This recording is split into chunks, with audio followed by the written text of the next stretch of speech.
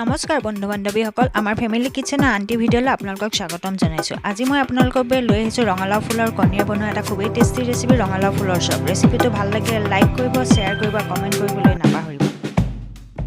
মই প্ৰথমতে ৰেচিপিটোত ব্যৱহাৰ হোৱা সামগ্ৰীসমূহ আপোনালোকক দেখুৱাই লওঁ। মই 7টা ৰঙালাও ফুল লৈ ফুলকেইটা খুব ভালকৈ ধুই পানীৰ পৰা টুকি লৈছোঁ। আধা বাটি বেচন লৈছোঁ, জিৰা গুড়ি, ধনিয়া গুড়ি, জলকীয়াৰ গুড়ি, নিমখ আৰু হালধি গুড়ি লৈছোঁ।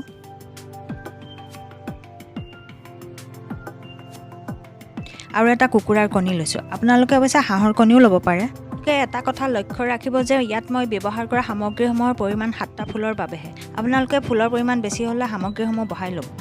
এতিয়া এটা পাত্ৰত মই আধা বাটি বেচন লৈ লৈছোঁ। ইয়াতে আধা চামুচ হালধি দিছোঁ, সোৱাদ অনুসৰি নিমখ দিছোঁ,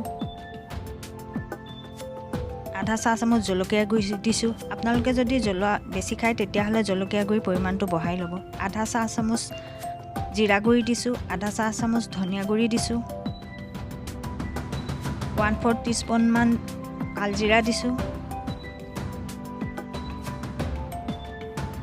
আৰু 1/4 টিস্পুনমান জনি দিছোঁ। আপোনালোকে জনিখিনি হাতেৰে অলপ মোহাৰি দিব, তেতিয়াহে জনি গুণটো ভালকৈ ওলায়। ইয়াতে এতিয়া মই কণীটো ভাঙি দি দিছোঁ।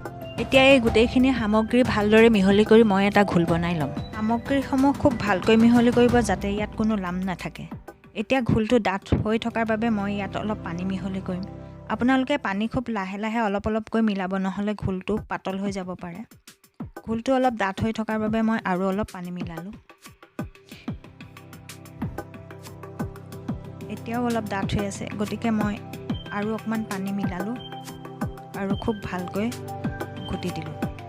এইখিনিতে মই আপোনালোকক এটা কথা ক'ব বিচাৰিছোঁ যে যিসকল বন্ধু বান্ধৱী আমাৰ চেনেলটোলৈ নতুনকৈ আহিছে তেওঁলোকে যেন আমাৰ চেনেলটো ছাবস্ক্ৰাইব কৰি দিয়ে। চাওক মোৰ ঘোলখিনি ৰেডি হৈ গৈছে।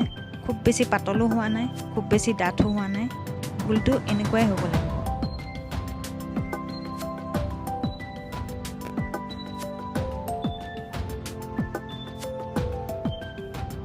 এই ঘোলখিনি মোৰ বনাবৰ বাবে ৰেডি হৈ গ'ল। ফুলখিনি ভাজিবৰ বাবে মই গেছটো অন কৰি ল'লোঁ আৰু ইয়াত কেৰাহীখন পাতি দিলোঁ।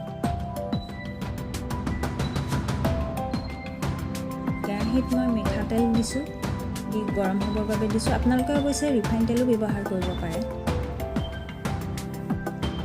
তেল গৰম হোৱাত মই ৰঙালাও ফুলখিনিত খুব ভালকৈ ডুবাই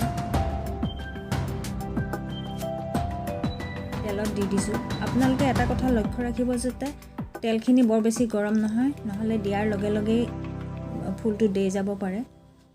একেটা ধৰণেৰে মই ফুলকেইটা ঘোলটোত ডুবাই তেলত দি দিছোঁ।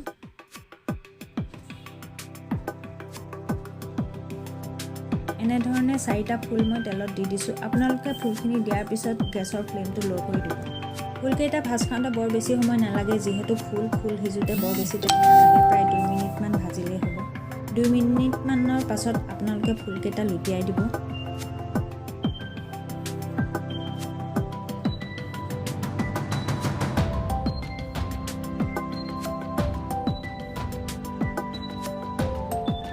এই ফুলকেইটা খাবলৈ বাহিৰৰ পৰা মচমচীয়া হয় আৰু ভিতৰৰ পৰা কোমল হয়। খাবলৈ সঁচাই খুব টেষ্টি হয়।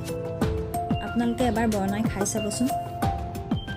ভাল পালে আমাক কমেণ্ট বক্সত জনাবলৈ নাপাহৰিব। এতিয়া ফুলকেইটা গল্ডেন ব্ৰাউন ৰং হোৱাৰ লগে লগে মই এখন কাঁহীত কাঢ়ি ল'লোঁ। এনেধৰণে বাকীকেইটা ফুলো মই ভাজি ল'লোঁ। এই ফুলকেইটা খাবলৈ সঁচাই খুব টেষ্টি হয়। আপোনালোকে এবাৰ বনাই খাবই খাব। ভিডিঅ'টো শেষলৈকে চাই থকাৰ বাবে ধন্যবাদ। পুনৰ এটা নতুন ভিডিঅ'লৈ আপোনালোকৰ মাজলৈ আহি আছোঁ, চাই থাকিব।